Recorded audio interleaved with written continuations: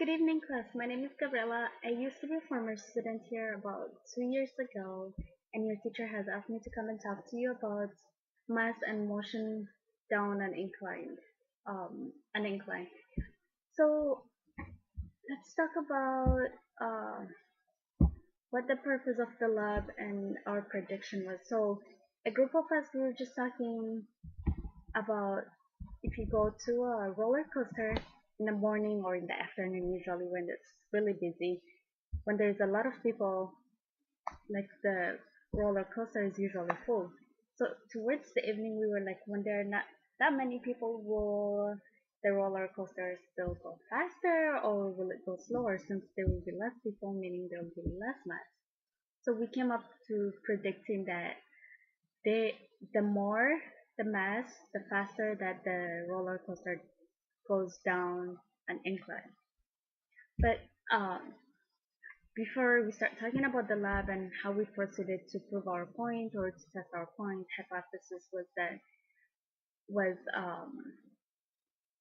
we had to come. Let's look at this units of measurement, which is velocity will be in meters per second, acceleration, which is the change in velocity over time, will be in meters per second or meters per second squared, and the mass is going to be measured in gram. The position or the distance is going to be measured in meters, and the acceleration, the equation for acceleration is force over mass. So make sure you remember this point. If you need to write them, you can go ahead and write them down. Alright, so some background information about who kind of gave us this idea is Galileo. He was very interested in motion and the mathematics behind it.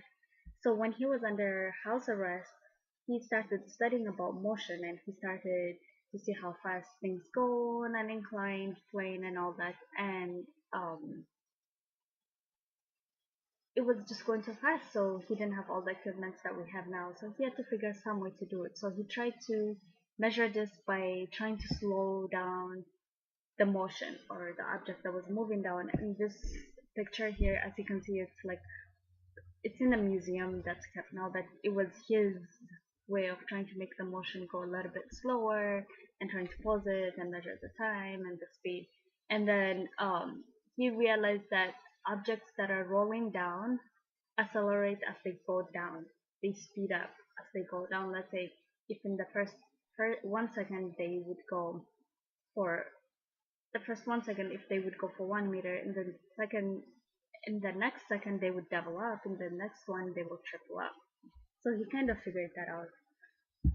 So that's just some background information about people that were interested in the past. So before this, we're gonna be talking about um, the purpose of this lab. As we talked about it, as we've seen it, we'll look at the materials and procedures. Um, we'll see what the data we collected and how we analyzed it, and then we'll talk about the conclusion that we came up with. So for the materials that we collected, we saw that, as you can see in this diagram, we needed an inclined plane. We used books to incline it, and also we had a cart with a little bit of metal wheels on the side so that we can add weight. And then we had different weights, and we had like 50 pounds weight so that we can put equally on both sides. And then we had a computer with Logger Pro. I don't know if you guys have been told about it. Logger Pro, once you connect it all together with the computer, the device, the motion detector, it will record for you whatever graph you want. If you want mass versus acceleration, if you want, usually does like velocity and the time and all that. So you can collect it that way. What we did was we found the velocity versus time graph, and based on that we picked on the acceleration, which we used that. So for the velocity versus time graph, the slope would be the acceleration. So we use that um, points, the acceleration or the slope to get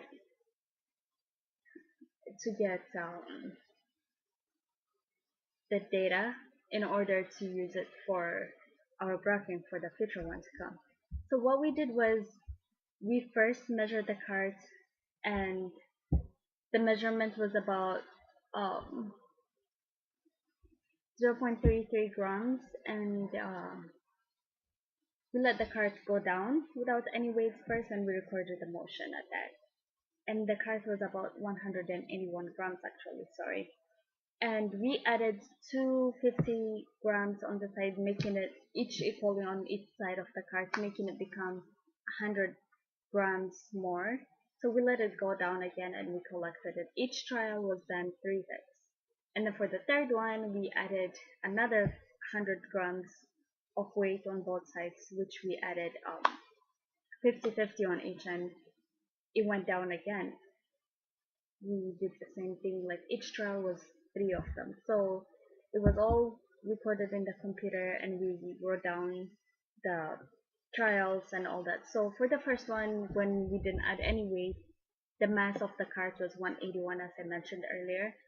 So as you can see, this is the results what we got. And so what we did was we added all of them and divided it the in order to get the average. And then we did the same thing when we added 100 grams and when we added 381 grams. So we found the averages here.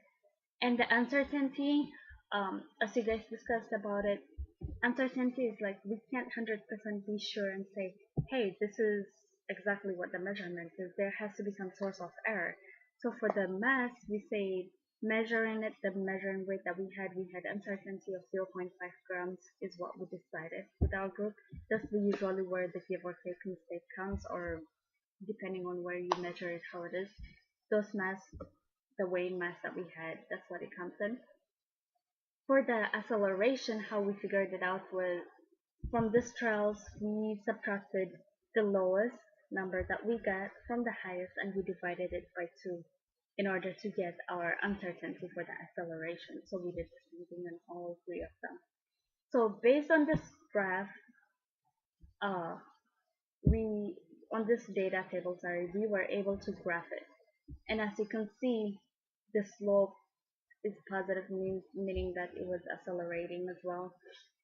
And if we really start looking into, if you just look at it, you can say, oh yes, it was increasing as the mass was accelerating and all that. But if you really look at the slope, it is positive 0.00022, and the uncertainty was 0.0036, which was higher than the slope itself. So that means that the slope could be 0, meaning that it's negligible, because the uncertainty is bigger than the slope, meaning that it could be plus or minus, it could even be 0 when we add it. So if we go back to the table, if you see it, like you can see the numbers increasing a little bit.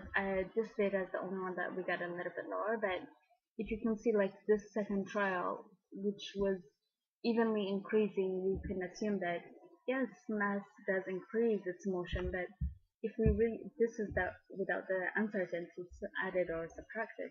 But when we look at the graph and the slope, we see that the uncertainty, if you add it, it's very negligible. It's big. That means that the slope is negligible. So there was no increase, is what it's technically saying.